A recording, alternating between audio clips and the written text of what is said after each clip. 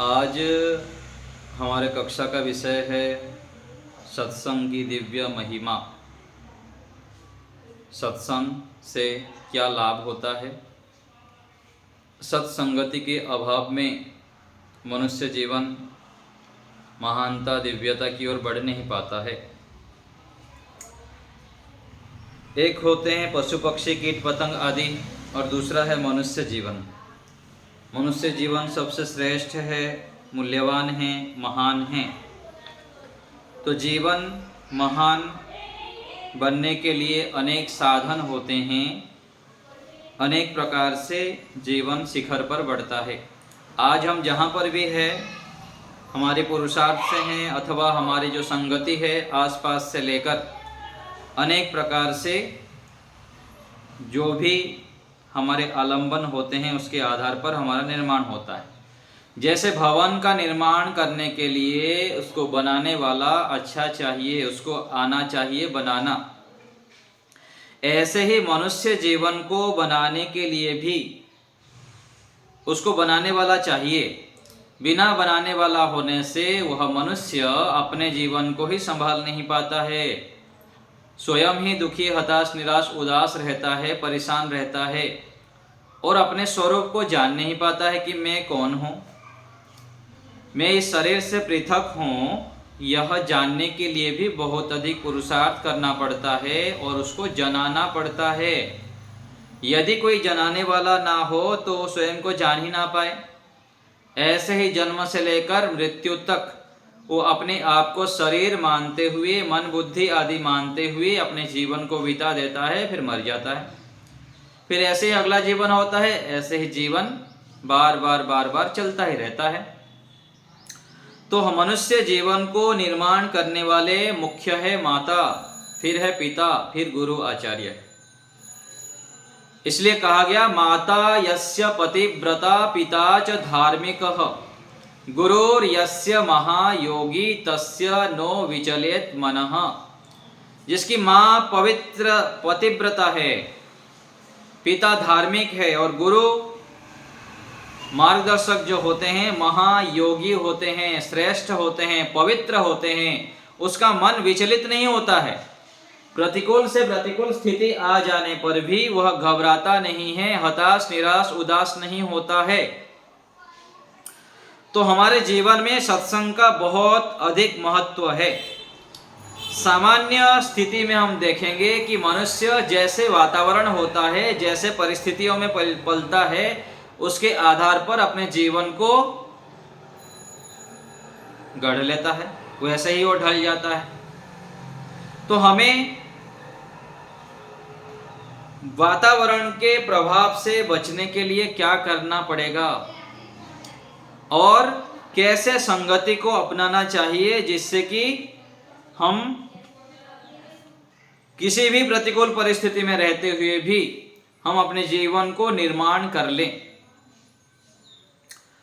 प्रत्येक क्षण, प्रत्येक समय हम अपने जीवन को निर्माण में लगे हुए हैं, बैठे हैं, उठे हैं, प्रत्येक दिन हर क्षण हम अपने जीवन को निर्माण कर रहे हैं।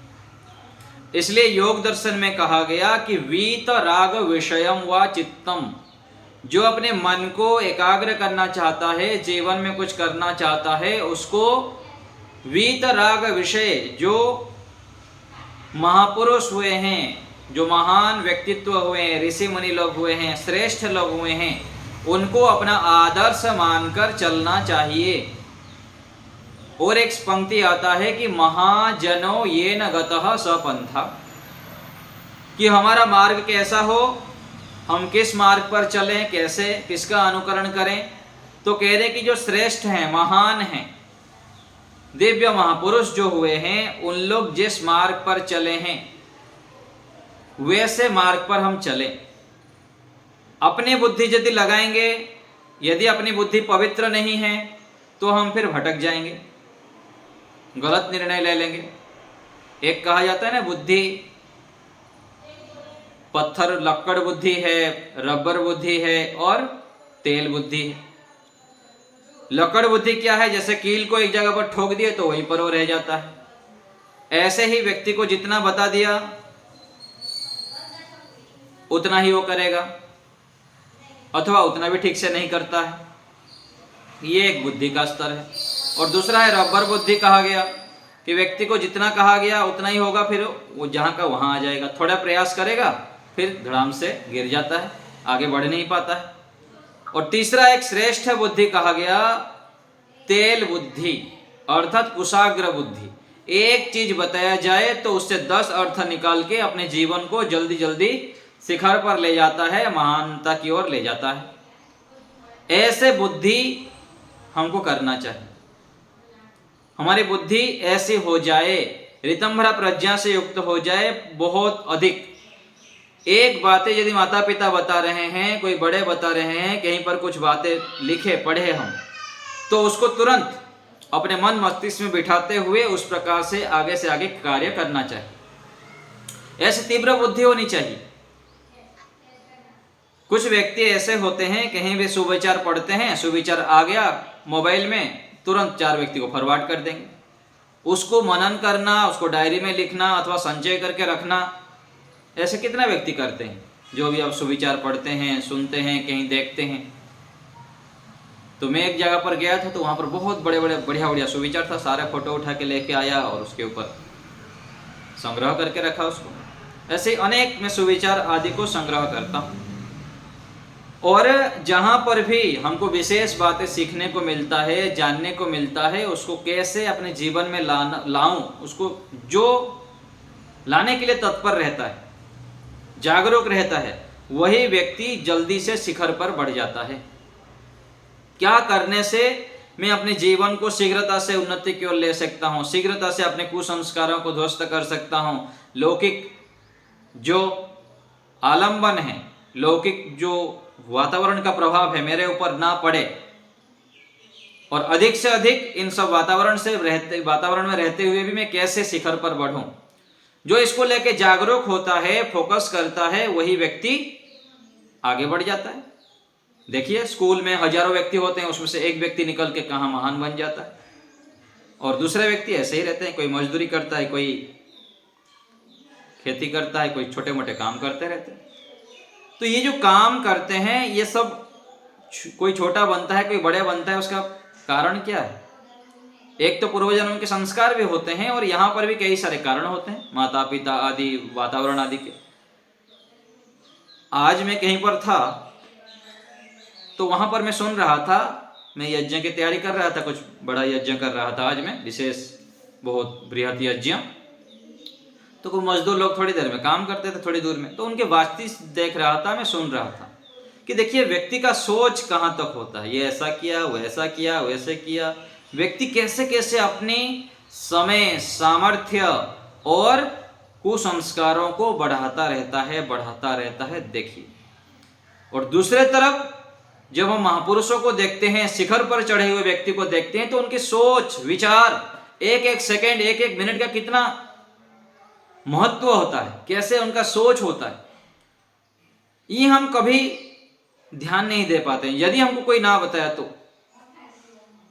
तो जब तक हम अपनी बुद्धि को कुशाग्र नहीं बनाएंगे, महान नहीं बनाएंगे, तपस्या से पकाएंगे नहीं, तो हम देखते हुए भी नहीं देखेंगे, खाते हुए भी नहीं खाएंगे, सुनते हुए भी नहीं सुनेंगे, विचारते हुए भी विचारेंगे नहीं, उल्टा पुल्टा विचारते रहेंगे, बैठ के नकारात्मक विचारते रहेंगे, छोटे सोच को लेके बैठे रहेंगे।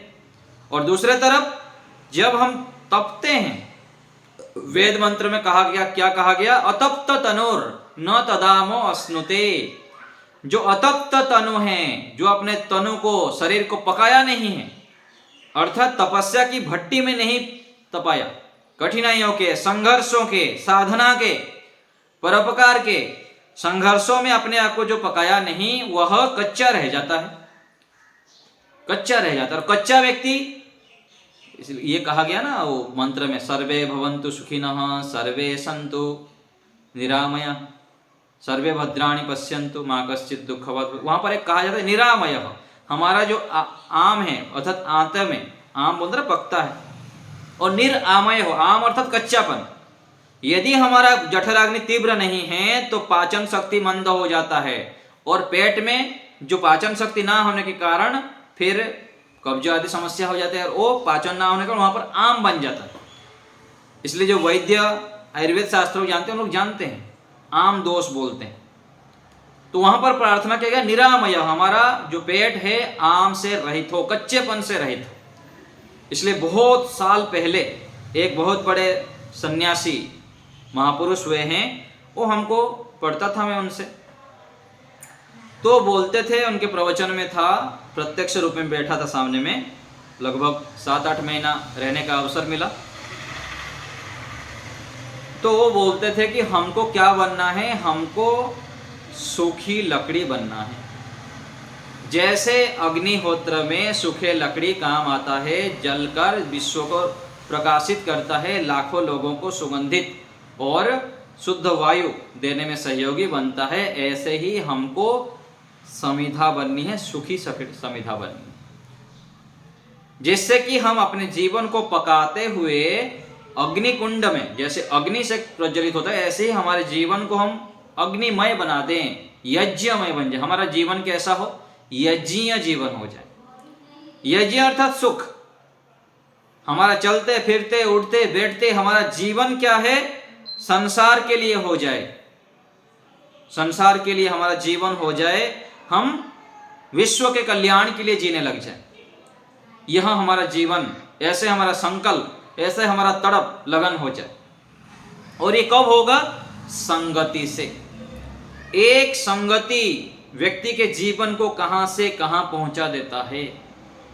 आज जो मैं आपके सामने बैठा हूं, कहीं पर मेरे माताजी के लिए दवाई खरीदने गया था मैं, और वहां पर एक बार छोटे से पुस्तक कहीं से मिला मेरे। थोड़ा ये बंद कर देता हूं, लाइट नहीं था, आवाज हो रही है।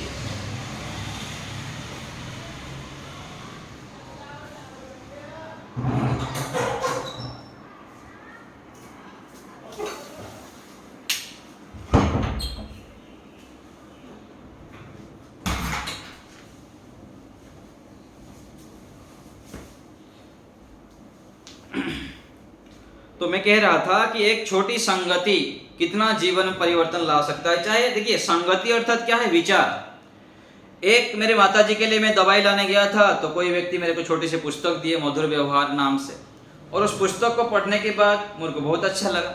फिर उसके बाद मैं जाके दूसरे पुस्तक लाया, तीसरे पुस्तक लाया, ऐसे करते हुए कितने सारे पुस्तक लाया।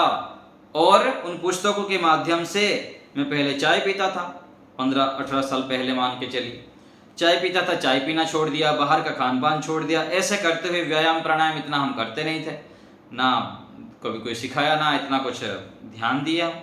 फिर धीरे धीरे व्यायाम किए, प्राणायाम किए, ध्यान किए, यज्ञ किए, धीरे आगे बढ़ते गए बढ़ते गए बढ़ते गए। तो एक विचार व्यक्ति को कितना परिवर्तन कर लेता है। पूज्य स्वामी सत्यवती महाराज जी के पास हमारे स्वामी जी गए ना, कि स्वामी जी क्या बोले कि वेद की रक्षा कौन करेगा, तो बोले हम करेंगे। हम मतलब कौन, जापान वाले करेंगे, चाइना वाले करेंगे, और कोई बाहर वाले करेंगे क्या, हम करेंगे। मतलब कौन करेगा, हम करेंगे। तो हम मतलब फिर समझ में आया, स्वयं को करना पड़ेगा, हम बदलेंगे, युग बदलेगा। तो अब देखिए, फिर जीवन बदल गए, फिर घर छोड़े धीरे धीरे, फिर सन्यासी बने, इतने आगे बढ़ गए। तो एक व्यक्ति की संगति के कारण से कितना जीवन में परिवर्तन होता है।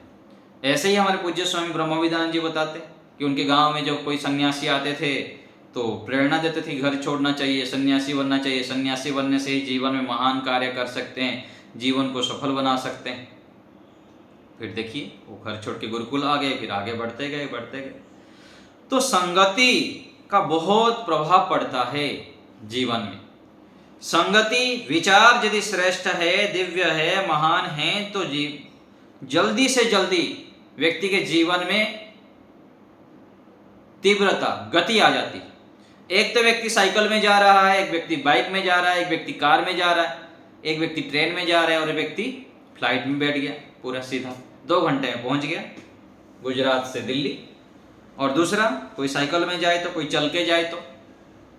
तो ऐसे ही अच्छे संगति को हमें चुनना चाहिए।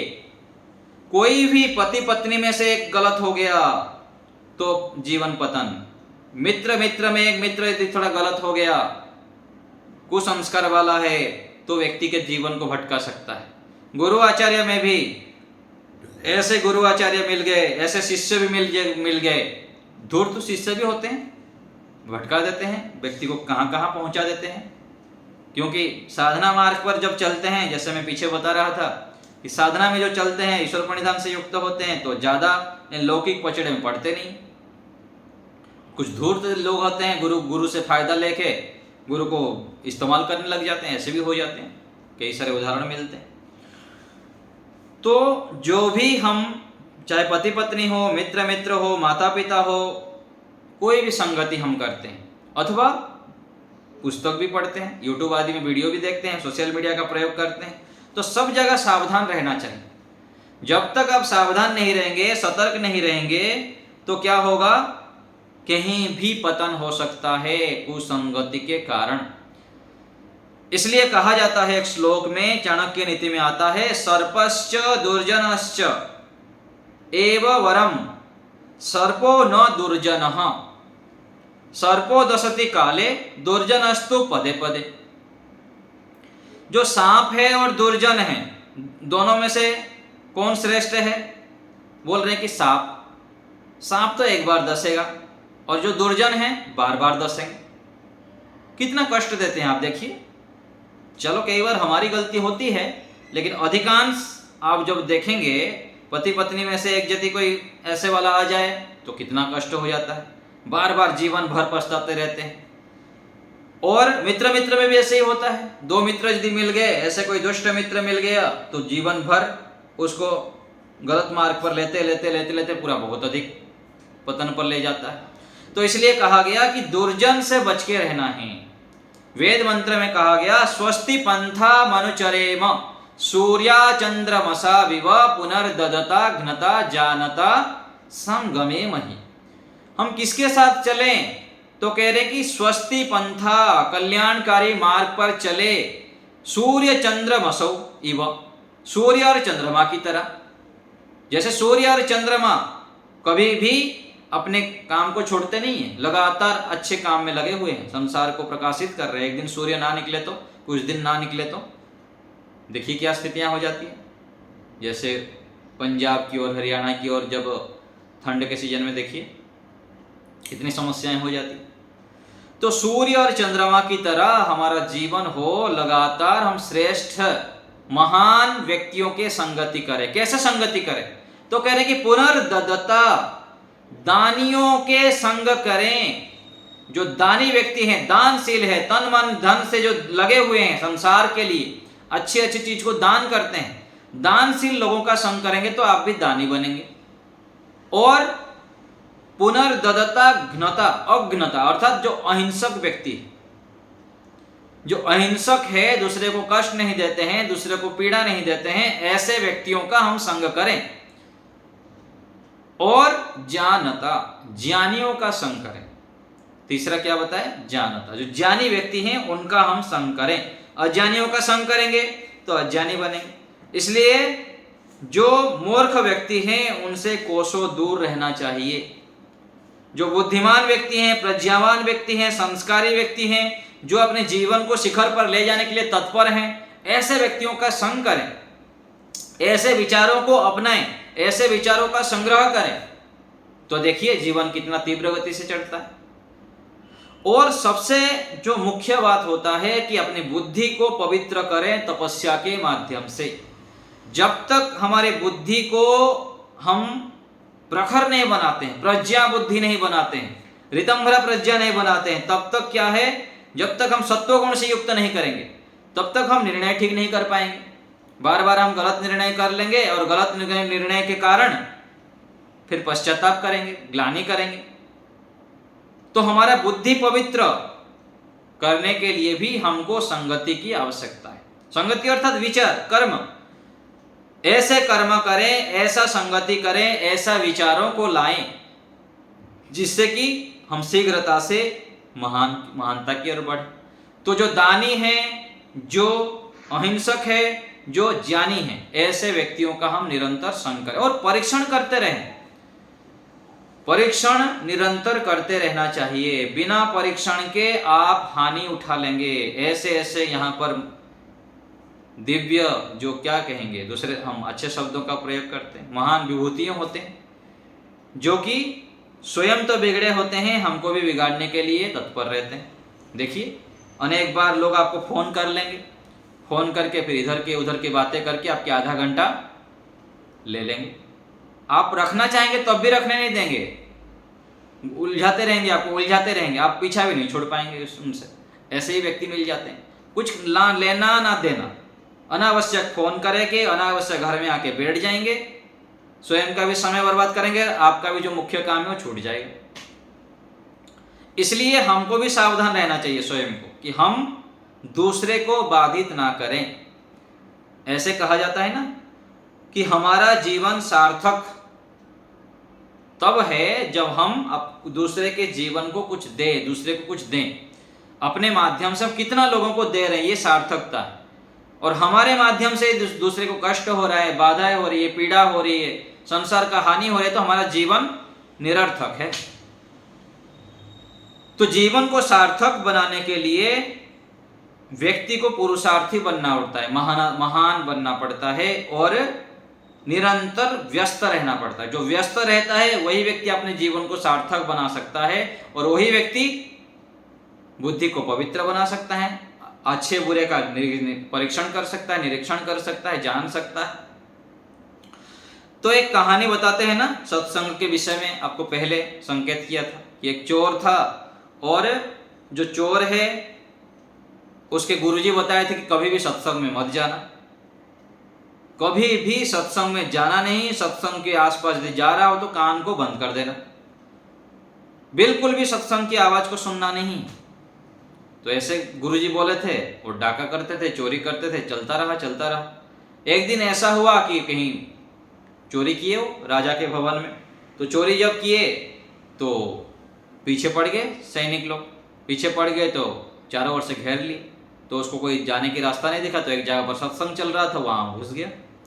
ना सुने बोल के भी फिर भी उसके कान में पड़ गया कुछ शब्द कि जो देवी देवताएं होते हैं, भगवान होते हैं, कोई आकार नहीं लेते हैं, उनका कोई रूप नहीं होता है, ऐसे करके वो उसके कान में पड़ गया। फिर उसके बाद राजा के लोग उनको पकड़ लिए, सैनिक लोग, फिर उसको राज दरबार में लिया गया, फिर उनको पूछा गया, दंडित भी किया गया, फिर भी वो स्वीकार ना करे, चोरी किया था लेकिन वो स्वीकार ना करे, चोरी नहीं किया। तो फिर क्या करे, उसको बंदी गृह में डाल के एक उपाय समझाए मंत्री लोग सब कि ये जो सामान्य व्यक्ति होते हैं वो देवी देवताओं के भक्त होते हैं, उनको बहुत श्रद्धा रखते हैं। तो रात को अंधकार में ऐसे एक देवी की प्रतिमा करके उनके सामने रख दिया गया, प्रकट होने जैसा। उनको पूछे देवी माँ कि तू मेरे भक्त है, बता, सच बता कि तूने चोरी किया है कि नहीं किया। तो उसका फिर बोलने वाला ही था, उसको ध्यान आ गया सत्संग की बात कि देवी देवताएं जो होते हैं रूप नहीं लेते हैं, कोई प्रकट नहीं होते हैं, परमात्मा तो निराकार है। फिर उस समय वो फिर गलती झूठ बोल दिया कि बता दूंगा, ये तो कुछ गड़बड़ है, फिर वो बच गया। फिर जो उसको छूट दिया गया फिर कि चलो ये सच बता रहा है। तो फिर वो जाने के बाद सोचा कि देखिए एक बार सत्संग किया तो जीवन में कितना परिवर्तन आ गया, और यदि मैं बार बार सत्संग करूंगा तो कितना लाभ होगा। तो फिर अपने जीवन को सत्संग की ओर ले गया, महानता की ओर ले गया। तो ऐसे ही हमारे जीवन में भी हम एक एक दिन प्रत्येक बार जितना सत्संग करते हैं, जितना नया नया ज्ञान को अर्जन करते हैं, उतना हमारे जीवन में श्रेष्ठता की ओर हम बढ़ते रहते हैं और महानता की ओर बढ़ते रहते हैं। हमको भी पता नहीं लगता। यदि हम निरंतर पुरुषार्थ करते हुए आगे बढ़ेंगे, साथ साथ अच्छे सत्संग के मार्ग पर चलते हैं, तो जीवन में बहुत अधिक परिवर्तन आता है, महानता आती है। तो कहा गया वेद मंत्र में याम मेधाम देवगणाः पितरश्चोपासते तया मामद्य मेधयाग्ने मेधा विनम कुरु। तो हमारी बुद्धि कैसी हो, तो कह रहे हैं कि याम मेधाम देवगणाः, जो विद्वानों की बुद्धि जैसे थी, देवगण जो महान अनुभवी व्यक्ति हैं संसार में, उनकी जैसी बुद्धि है, हमारी भी ऐसी बुद्धि हो जाए। ऐसी प्रार्थना हमको बार बार ईश्वर से करना चाहिए कि परमात्मा जैसे ऋषियों की बुद्धि थी, जैसे ऋषि लोग सोचते थे, जैसे महापुरुष जिस मार्ग पर चलते थे, और आज भी जो महान व्यक्ति चल रहे हैं, ऐसी मेरी बुद्धि हो जाए, ऐसी मेरी निर्णय शक्ति हो जाए, ऐसा मेरा जीवन हो जाए, जैसे हम सोचेंगे वैसे बनेंगे। क्योंकि सोचने का प्रभाव पड़ता है। हम यदि सोचेंगे कि महर्षि दयानंद सरस्वती जी हुए हैं, भगवान राम जी हुए, भगवान कृष्ण जी हुए हैं, इतने महापुरुष हुए, उन लोग कैसे सोचते थे, कैसे उनका जीवन होगा, कितनी पवित्रतापूर्ण होगा, किस प्रकार से उनके समाज राष्ट्र के लिए योगदान होगा। मुझको भी ऐसे ही बनना है, ऐसे ही मुझको अपने जीवन को ले जाना है और उसके लिए मेहनत करना। भगवान राम जी भी गुरुकुल में पढ़े, भगवान कृष्ण जी भी गुरुकुल में पढ़े, निरंतर वो पुरुषार्थी रहे, जीवन को महानता की ओर ले गए। तो मुझको भी महानता की ओर ले जाना है अपने जीवन को। तो ऐसे सोचकर वह व्यक्ति जब लग जाता है तो बहुत अधिक आगे बढ़ जाता है। तो हमारा बुद्धि ऋषियों की तरह हो, अनुभवी व्यक्तियों की तरह हो, महान जो विभूति हुए हैं उनकी तरह हो। तो सत्संग से क्या लाभ होता है? तो एक श्लोक आता है, जाड्यम धियो हरति सिंचति वाचि सत्यम मानोन्नतिम दिशति पापम अपाकरोति चेतः प्रसादयति दिक्षु तनोति कीर्तिम सत्संगति कथय किम न करोति पुंसाम। भर्तृहरि जी का श्लोक है। जाड्यम धियो हरति, सत्संग से बुद्धि की जड़ता नष्ट हो जाती है। व्यक्ति जब लगातार अच्छे अच्छे व्यक्तियों का संग करेगा तो क्या होता है, बुद्धि की जड़ता नष्ट हो जाती है। हम जब घर में थे, एक हमारे राजू भाई बोल के थे, तो उनका मेरा संगति था, हमारे जो एरिया में था। बार बार उनके पास जाना, उनके पास बैठना, उनके पास सत्संग में जाना, ऐसे व्यक्ति का बहुत बड़ी उपकार होता है। जीवन भर मृत्यु समय तक भी ऐसे व्यक्तियों को हम भूल नहीं पाते हैं, जिनके कारण हमारे जीवन में बहुत अधिक परिवर्तन आता है। देखिए, आज हम अलग अलग संप्रदाय को देखते हैं, अलग अलग व्यक्तियों को देख के कई बार व्यक्ति क्या करता है, जो क्षुद्र मानसिकता वाले हैं, ये तो ऐसा मानता है, ऐसे मानता है, ये तो ये करता है, तो ये पूजा करता है, ये छोटे जाति का है, ये ऐसा है, वो ऐसा है। अलग अलग आप देखिए, अलग अलग प्रांतों में आप जाएंगे तो कोई जाट, कोई गुज्जर, कोई राजपूत, कोई कुछ है ना, ये इसको मानता है, ये इसकी पूजा करता है, ये तो ऐसा करता है।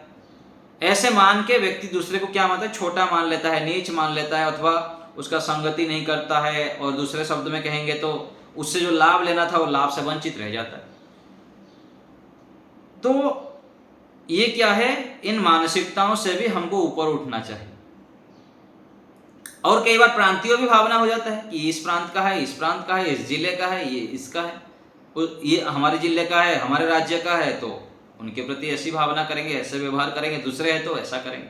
ये बड़े से बड़े मैं विद्वानों के अंदर भी देखा हूं, ये प्रांतवाद का जो कितनी गलत मान्यताएं लेके अलग अलग प्रांतियों के प्रांत के विषय में गलत मान्यताएं बैठे रहते हैं। इस प्रांत तो ऐसा है, इस प्रांत के लोग तो ऐसे है। भाई, इस प्रांत के आप गहराई में जाके देखिए, भारत के इतिहास के जो पीछे प्रांत जाएंगे ना, तो आपको पता लगेगा कि इस प्रांत के लोग के कारण कितने देश में क्रांतिकारी परिवर्तन आया है, उस प्रांत ने कितना कुछ दिया है।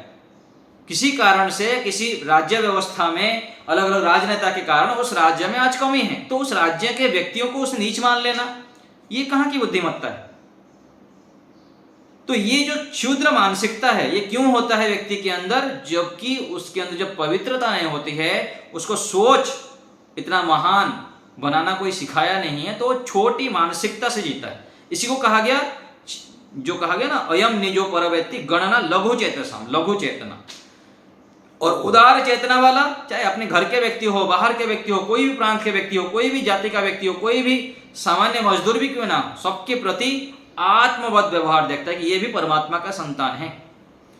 ऐसी भावना कब आती है, जब व्यक्ति अपनी बुद्धि के जड़ता को हरता है, नष्ट करता है, तपस्या करता है, ईश्वर की उपासना करता है। ईश्वर क्या है? ईश्वर देखिए कितने महान हैं। ईश्वर कितने बड़े रूप में सभी के लिए सोचते हैं, सभी की उन्नति चाहते हैं। बार बार हम गलती करते हैं, फिर भी ईश्वर आगे उठाते हैं, हमको आगे ले जाते हैं, नया नया ज्ञान देते हैं। तो हमें जातिवाद, प्रांतवाद आदि से ऊपर उठ जाना चाहिए। यदि आप विशेष साधना करना चाहते हैं, विशेष ईश्वरीय आनंद को प्राप्त करना चाहते हैं, आध्यात्म मार्ग पे शिखर पर बढ़ना चाहते हैं, देश समाज राष्ट्र के लिए कुछ करना चाहते हैं, तो एक क्षुद्र मानसिकता, चाहे कोई वैदिक मान्यता वाला भी नहीं है, मंदिर जाता है, घंटी करता है, पूजा करता है, भगवान को प्रसादी करता है, कुछ भी कर रहा है, कोई बात नहीं, वो भी तो किसी भी रूप में तो कर तो रहा है। आज हम कहीं पर भूमि पूजन किए, तो उस भूमि पूजन में मैं देख रहा था कि वो जो मिस्त्री है, जो काम कर रहे हैं, उनकी अपनी श्रद्धा है। मैं वहां पर अड़ के यदि ऐसे ही करूंगा, वैसा ही करना चाहिए, तो फिर काम बिगड़ेगा। वो श्रद्धापूर्वक आगे जो काम करने वाले हैं अथवा कुछ चीजों में नहीं होगा। जब तक रोगी हमको डॉक्टर स्वीकार नहीं करता है, तब तक उसको दवाई नहीं देना चाहिए। आज तो यही स्थिति है।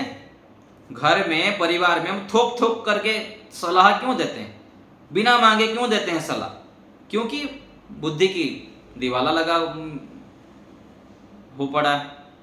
भाई, जो हमको सलाह नहीं मांग रहा है, जो हमको आदर्श नहीं मानता है, जो हमको श्रेष्ठ नहीं मानता है, उसको क्यों सलाह देना, बार बार क्यों देना?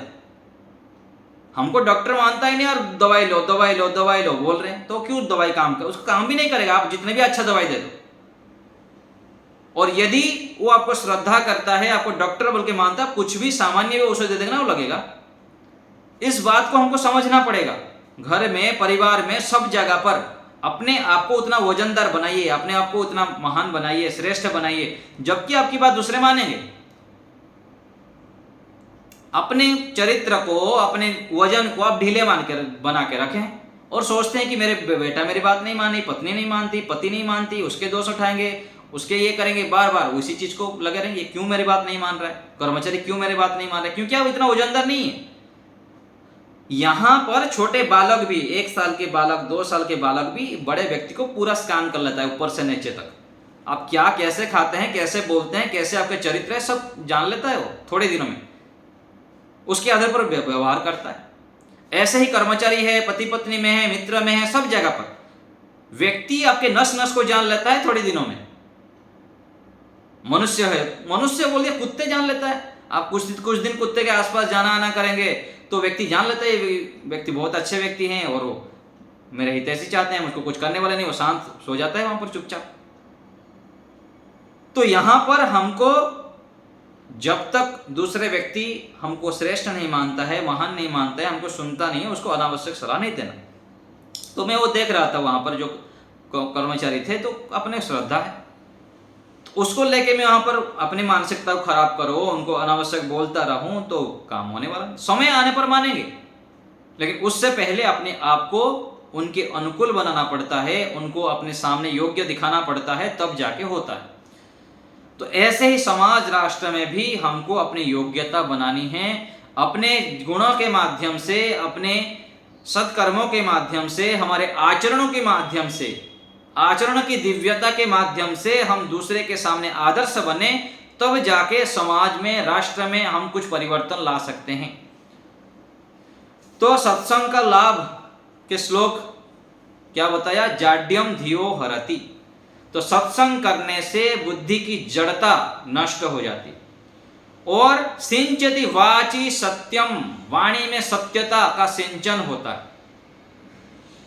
व्यक्ति सत्यनिष्ठ हो जाता है, सत्यमानी, सत्यवाणी, सत्य कर्म करने वाला बन जाता है। मनसा वाचा कर्मणा, वो सत्यकारी, सत्यमानी, सत्यवादी बन जाता है। यही कहा गया ऋषियों का, महापुरुषों का लक्षण, जो मनसा वाचा कर्मणा एक रहते हैं। मन से जो सोचते हैं वैसे वाणी से बोलते हैं, जैसे वाणी से बोलते हैं वैसे कर्मों से करते हैं। ये महापुरुष होते हैं। और जितना हम सत्संग करते जाएंगे, उतने अपने जीवन में सत्यता, दृढ़ता, पवित्रता और उत्कर्षता आने लग जाता है। धीरे धीरे हम अपने जीवन को शिखर की ओर ले जाते हैं, बार बार ले जाते हैं। तो सत्यम सिंचति वाची, वाणी में सत्यता आ जाती है। व्यक्ति पदे पदे झूठ बोलता रहता है, फिर सत्संग जाता है कि झूठ नहीं बोलना चाहिए।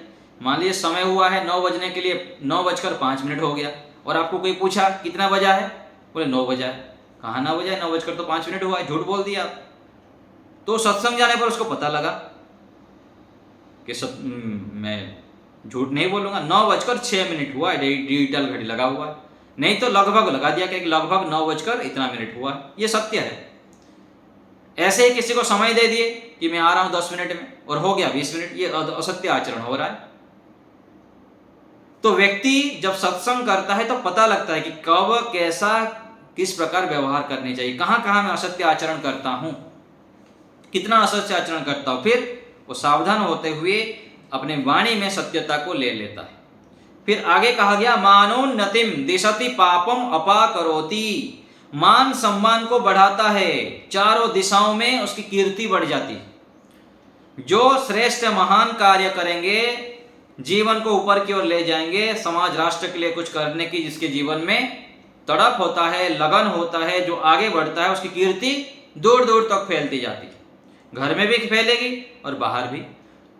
तो सत्संग करने से कीर्ति फैल जाती, मान सम्मान बढ़ता है। और पापम अपाकरोति, पाप नष्ट हो जाता है, धीरे धीरे वो व्यक्ति शुद्ध हो जाता है और श्रेष्ठ बन जाता है।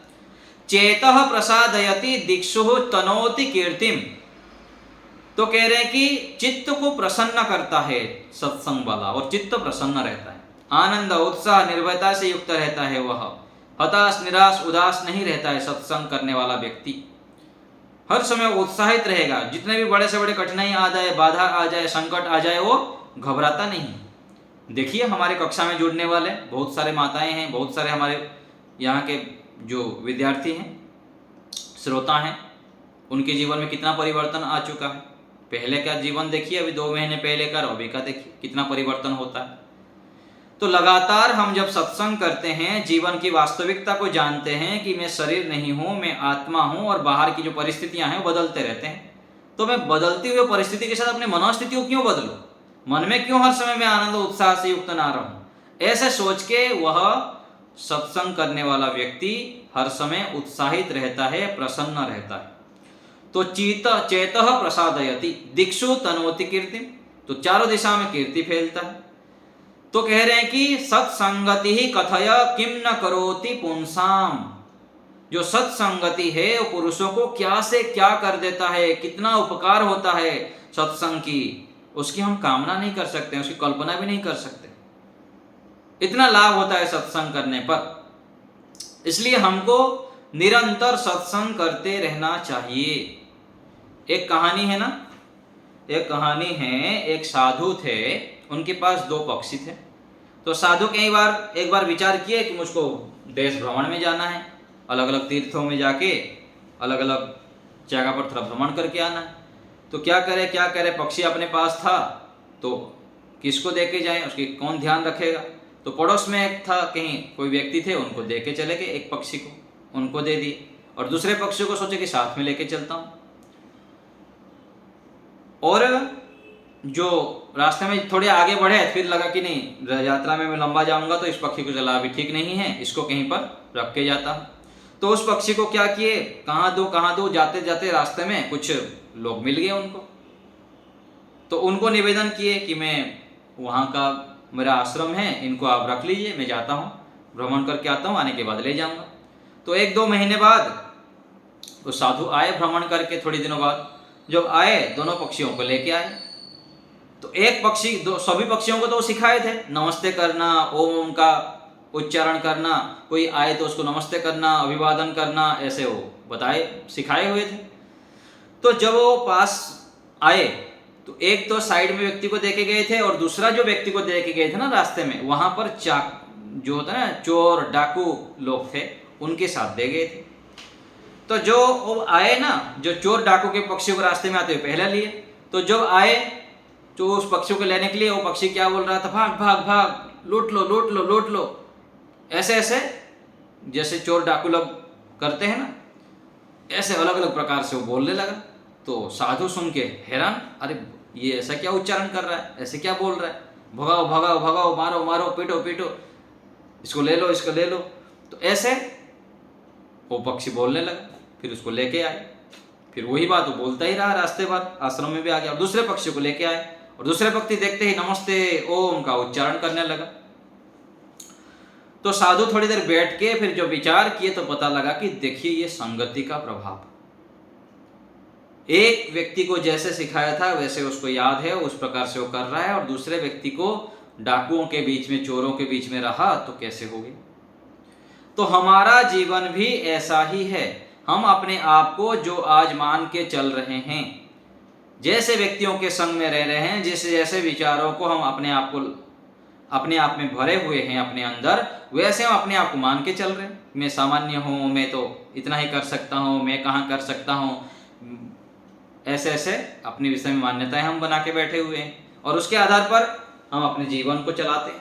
और दूसरे तरफ मान लीजिए कहीं पर हम एक महान श्रेष्ठ महापुरुषों के साथ रहने लग जाए लगातार, और लगातार उनके जीवन को हम देखें कि वो खूब व्यायाम करते हैं, खूब प्राणायाम करते हैं, दिन भर ध्यान करते हैं, सत्संग करते हैं, पुरुषार्थ करते हैं, लगातार हम जब उनको देखते जाएंगे देखते जाएंगे देखते जाएंगे तो उनके गुण हमारे अंदर आने लग जाए। तो व्यक्ति को देखकर सुनकर विशेष प्रभाव पड़ता है, संगति का प्रभाव पड़ जाता है। कोई साथ में रहता है, हम उसके साथ 2-4 दिन बैठते उठते रहते हैं, वो जैसे क्रियाकलाप करता है, जैसे बैठता है, कोई पैर हिला रहा है, कोई कुछ किसी प्रकार से एक्टिविटीज करता है, तो वो हमारे अंदर आ जाता है। हम भी देखते हैं कई बार कुछ व्यक्ति को, 1-2 व्यक्ति को थोड़ा निरीक्षण कर दिए कुछ क्रियाओं को, फिर हमारे अंदर आने लग गया, फिर ध्यान देते हैं, ये गलत है, ऐसे नहीं करना चाहिए हमको। और दूसरे तरफ फिर दूसरे अच्छाई को भी सीखते हैं। जैसे मैं आपको बताया था ना, हमारे एक स्वामी जी हैं, उनके जीवन में हम देखते थे कि वो थोड़े से भी कण, यदि छोटा सा कण यदि अधिक हो गया खाने में तो साइड कर देते थे। तो हम देखते थे कि इतना सा भी वो कैसे साइड कर देते हैं, और हम थोड़ा सा बच जाए तो क्या करते हैं, नहीं खा लेते हैं। नष्ट क्यों करना, भाई गाय है, कुत्ता है, उनको दे दीजिए, पेट में डालना क्या जबरदस्ती जरूरी है। तो ये क्या है, हमको देखने से पता लगता है। और ऐसे ही कुछ दिन पहले मैं किसी को सुना कि वो 8-8 घंटा 10-10 घंटा ध्यान करते हैं, और एक जगह पर गया और एक आचार्य जी के पास बैठा, वो भी बोले कि मैं भी ऐसे ही अभी 4 घंटे तक ध्यान में बैठ रहा हूँ। तो ऐसे जब हम संगति करते हैं, बार बार देखते हैं, उनको ध्यान देते हैं, तो पता लगता है कि हमको भी इस मार्ग पर चलना चाहिए, हमको भी इतना हम कर सकते हैं। कोई व्यक्ति देखिए 5 मिनट ध्यान करने के लिए परेशानी हो रही है, आधा घंटा ध्यान करना उसके लिए पसीना छूट जाता है, और कोई व्यक्ति 10 घंटा ध्यान करता है। तो जब 10 घंटे ध्यान वाले का आप रोज रोज सुनेंगे, उनके बातों को ध्यान देंगे, फोकस करेंगे, तो आप भी ऐसे ही ध्यान करने वाले बन जाएंगे। कोई असंभव थोड़ी है। एक आत्मा जो कर सकता है दूसरा भी कर सकता है, लेकिन हमारे अंदर बुद्धि की उतनी सामर्थ्य होनी चाहिए किसको ग्रहण करना, किसको ग्रहण नहीं करना, नहीं तो गलत को भी ग्रहण कर लेंगे। आज मोबाइल के माध्यम से, अलग अलग माध्यम से हम कितने सारे चीजें देखिए अनावश्यक ग्रहण कर लेते हैं, जितना नहीं करना चाहिए वो ग्रहण कर लेते हैं। तो हमारे ऐसे संगति हो, मोबाइल के माध्यम से हो, पुस्तकों के माध्यम से हो, सत्संग के माध्यम से हो, किसी गुरु आचार्य महापुरुषों से आप जुड़े हुए हैं उनके माध्यम से हो, उनका निरंतर आलंबन हमारे पास होना चाहिए। रात से लेकर सुबह दिन भर हम ऐसे अच्छे अच्छे संगतियों को अपने साथ रखें। संगति अर्थात विचार, चाहे पुस्तक के रूप में हो, चाहे ऑडियो के रूप में हो, चाहे वीडियो के रूप में हो, चाहे प्रत्यक्ष रूप में हो, हमारा संगति बहुत ऊंचे लेवल का होना चाहिए। यदि हमारा ऊंचा संगति, दिव्य संगति, दिव्य महान संगति होगा तो हम दिव्य दृष्टि से युक्त हो जाएंगे, दिव्य जीवन से युक्त हो जाएंगे, हमारा जीवन दिव्यता से परिपूर्ण हो जाएगा। दिव्य अर्थात बहुत उत्कृष्ट, सबसे श्रेष्ठ। दिव्य सोच जब तक नहीं होगा तब तक हमारा जीवन भी दिव्यता की ओर नहीं बढ़ता है। हमारा सोच ही हम संकीर्ण करके रखे हैं, सामान्य सोच करके रखे हैं, इसीलिए हम महान नहीं बन पा रहे हैं, तीव्रता से अपने आप को बढ़ा नहीं पा रहे हैं।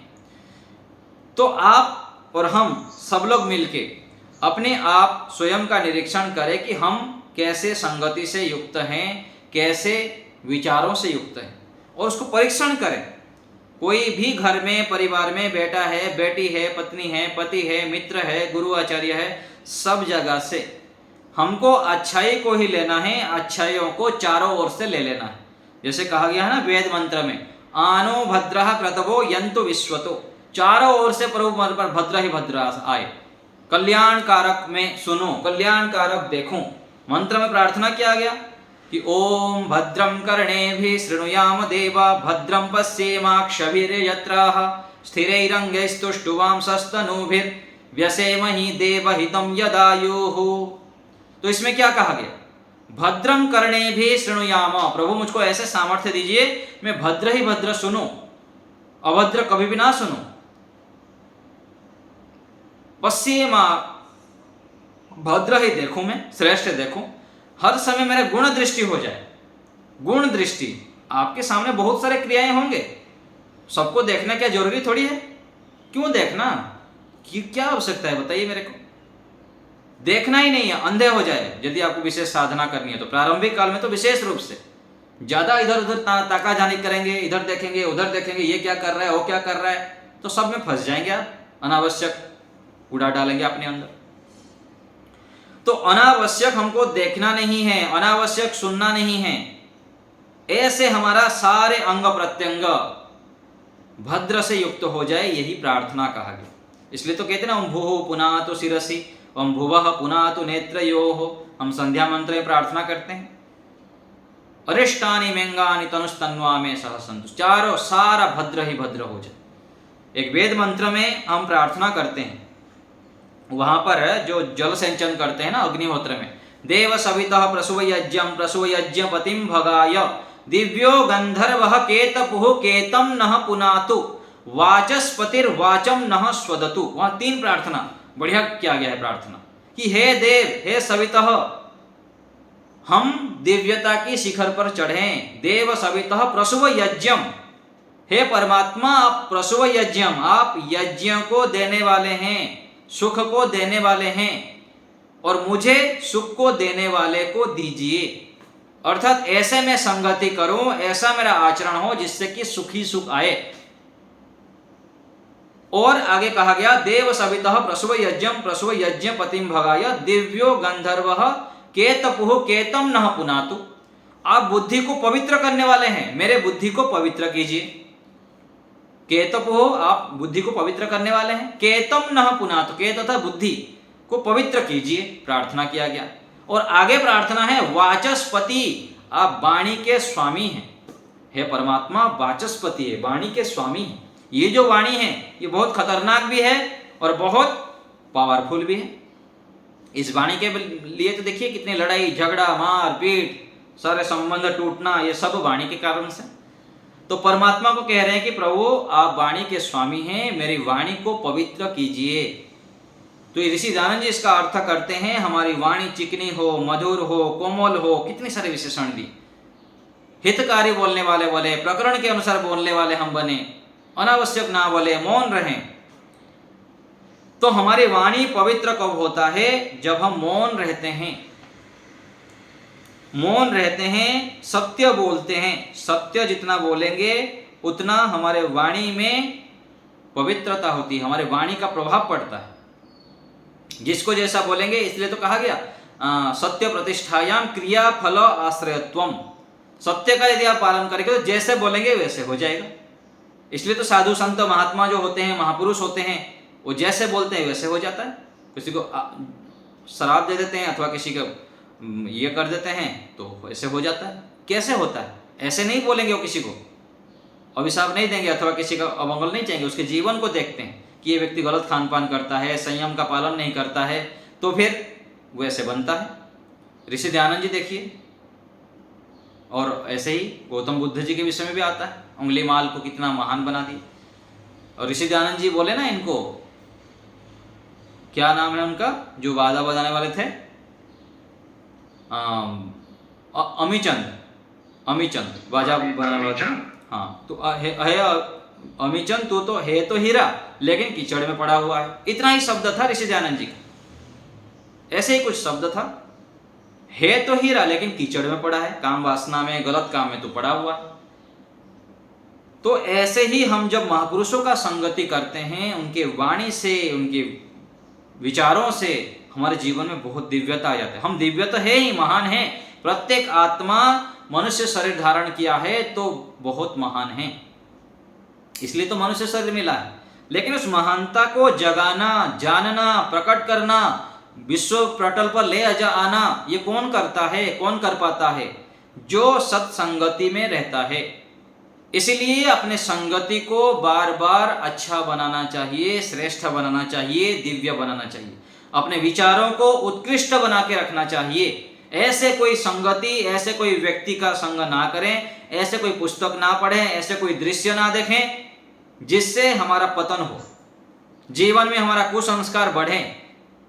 ऐसे चीजों से हमको बचना चाहिए। और ये बचेंगे कब? जब हम जागरूक होंगे, जागेंगे, अपने जीवन में तपस्या करेंगे, मेहनत करेंगे, पुरुषार्थी बनेंगे, समाज राष्ट्र के लिए कुछ देने के लिए तड़प होगा, तब हमारी बुद्धि में पवित्रता आएगी, उत्कृष्टता आएगी, दिव्यता आएगी।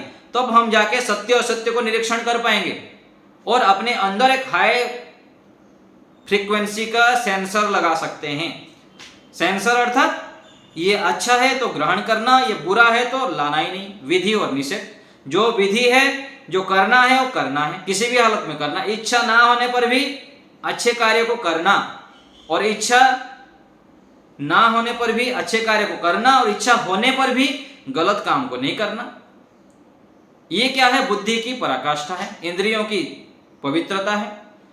तो ईश्वर की उपासना से, ईश्वर का ध्यान करने से और ईश्वरीय कर्मों को हम जितना जितना करते जाते हैं, उतना हमको ईश्वर की कृपा से, अपने पुरुषार्थ से हमको अच्छे संगति की प्राप्ति होती है। और ईश्वर इतना दयालु है, इतना महान है कि हमको जो चाहिए वैसे वैसे संगति देते हैं। अर्थात ऐसे व्यक्ति हमको मिल जाएंगे, ऐसे पुस्तक हमको मिल जाएगा, ऐसे वीडियो आदि, ऑडियो आदि मिल जाएंगे हमको, जिसके माध्यम से हमारा जीवन जल्दी जल्दी महानता की ओर बढ़ जाता है। ये ईश्वर की बड़ी कृपा है। तो हम जब पुरुषार्थ करेंगे अच्छे संकल्प के साथ, हमको जो चाहिए उसी प्रकार से संगति मिल जाएंगे। और आपको पता है, आप जब इतना महान बनेंगे, दिव्य बनेंगे, अपने आप को ऊंचा उठाएंगे ना, जो दुष्ट व्यक्ति है ना, अपने आप साइड हो जाएंगे। जो दुष्ट व्यक्ति है, आपको हानि पहुंचाने वाले हैं ना, या तो आप उनसे दूर हो जाएंगे अथवा वो अपने आप दूर हो जाएंगे। ये स्थितियां होती है, ये सच्चाई है, आप अपने जीवन में निरीक्षण कर सकते हैं। तो हमको पुरुषार्थ करते हुए अपने जीवन को, जैसे ऋषि लोग, महापुरुष लोग आगे बढ़े हैं, निरंतर सत्संग सुनते रहें। चलते फिरते, उठते बैठते, काम करते हुए। आजकल तो बहुत सारे सुविधाएं हो चुके हैं, यूट्यूब के माध्यम से है, स्पीकर आदि के माध्यम से, किसी भी माध्यम से हम लगातार सत्संग सुने, अच्छे अच्छे लोगों को, महापुरुषों को सुनते रहे। जैसे सुनेंगे वैसे बनेंगे, अच्छे सुनेंगे, बार बार सुनेंगे, बार बार सुनेंगे तो बनेंगे। देखिए, हम अपने सामने बैठे हुए हजारों, सैकड़ों साधु सन्यासी महात्माओं के प्रत्यक्ष रूप में तो हजारों कक्षाएं हम बैठ के सुने, और अप्रत्यक्ष रूप में लाखों घंटा सुने होंगे। सालों से सुनता हूं मैं, बार बार सुनता हूं, बार बार सुनता हूं, आज भी सुनता हूं, पढ़ता हूं। बहुत सारे पुस्तकें देखिए मेरे पास भरा पड़ा है, हजारों पुस्तक। तो पुस्तकें अच्छे अच्छे हमारे पास संग्रह हो, अच्छे अच्छे महापुरुषों का संग हो, और आसपास में जो व्यक्ति हैं जिनके संस्पर्श में रहते हैं, उनसे बच के जो अच्छाई है उसको ग्रहण करना है, जो बुराई है तुरंत छोड़ देना है। तब जाके हम अपने जीवन को श्रेष्ठ महान बना सकते हैं। तो आज हम चर्चा किए कि हम स्वस्ति पंथा के मार्ग पर चलें, दुर्जनों से बचें, और अच्छे अच्छे संगति करते हुए, अच्छे विचारों को अपने जीवन में स्थान देते हुए हम शीघ्रता से अपने जीवन को शिखर पर ले जाएं, महानता की ओर ले जाएं। क्योंकि जीवन बहुत सीमित है, थोड़ा काल है, कभी भी मृत्यु आ सकता है। और जब तक जीवित है तब तक हम शीघ्रता से अपने कुसंस्कारों को हटाने के लिए प्रयत्न करें, और सुसंस्कारों को जल्दी जल्दी बढ़ा लें। हम क्या होते हैं, संतुष्टि पाल लेते हैं, बहुत कर लिया, इतना सत्संग सुन लिया, इतने सालों से सुन रहा, कुछ परिवर्तन ही नहीं हो रहा है, ऐसे सोच लेता है व्यक्ति। अरे हो रहा है, आपको पता नहीं, अथवा जितना हुआ है वो कम है, दोनों पक्ष है। तो अपना मूल्यांकन जब ऋषियों के साथ करेंगे, महापुरुषों के साथ करेंगे, तो हमारे जीवन में तीव्रता आएगी। और दूसरे तरफ यदि हताश, उदास, निराश हो जाते हैं कि मेरे जीवन में उन्नति नहीं हो रही है, तो नीचे के लोगों को देखिए, आप कितने आगे हैं, लाखों करोड़ों व्यक्ति में आगे हैं आप।